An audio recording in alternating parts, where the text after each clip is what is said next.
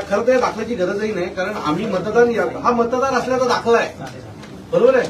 त्या दाखल्याची तशी निवडणुकीच्या दृष्टीने अहमियत नाही, कारण आम्ही फॉर्म जेव्हा भरतो त्यावेळेला यादीमध्ये आमचं नाव आहे म्हणून तर आम्ही फॉर्म भरतो ना साहेब, बरोबर आहे. त्या बाईने ही मुलगी जाऊन 10:30 आत बसली, बरोबर आहे.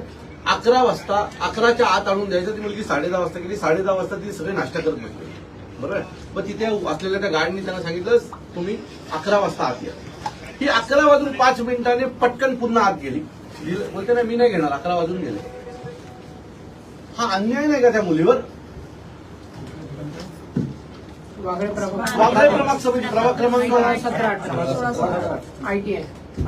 माझं मत आहे की साहेब हा पेपर नाही म्हणून तिचा फॉर्म जर रद्द होत असेल तर ह्याच्यापेक्षा वाईट काय? तिने फॉर्म निवडणूक यंत्रणेत सगळ्यात इम्पॉर्टंट असतो फॉर्म आणि ऍफिडेव्हिट, तो तिचा अॅक्युरेट होतो, बरोबर आहे.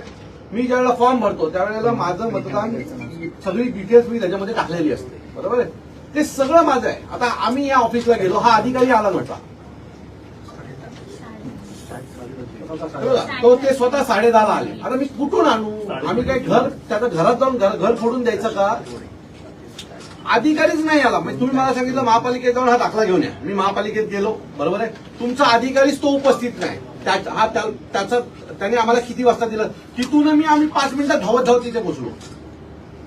सर काय हे सगळं चालू? आता तिथे उमेदवार कोण आहे माहितीये का तुम्हाला? हा सगळा गेम कोणासाठी केला माहितीये का तुम्हाला? कोण आहे उमेदवार तिथे? संजय मोरेची बायको, जो शिवसेनेचे सचिव आहे. म्हणजे अशी कारणं देऊन जर तुम्ही उमेदवारांचे फॉर्म बाद केलेत आणि दुसऱ्या उमेदवाराला निवडून आणण्याचा प्रयत्न केला तर मला असं वाटतं की आम्ही निवडणूक लढायचीच का ना? हा काही कारण आहे का की हा फॉर्म नाही? आम्ही ठीक आहे ना, तुम्ही आम्हाला वेळ द्या, बाकीचे ऍफिडेव्हिट घ्यायला तुम्ही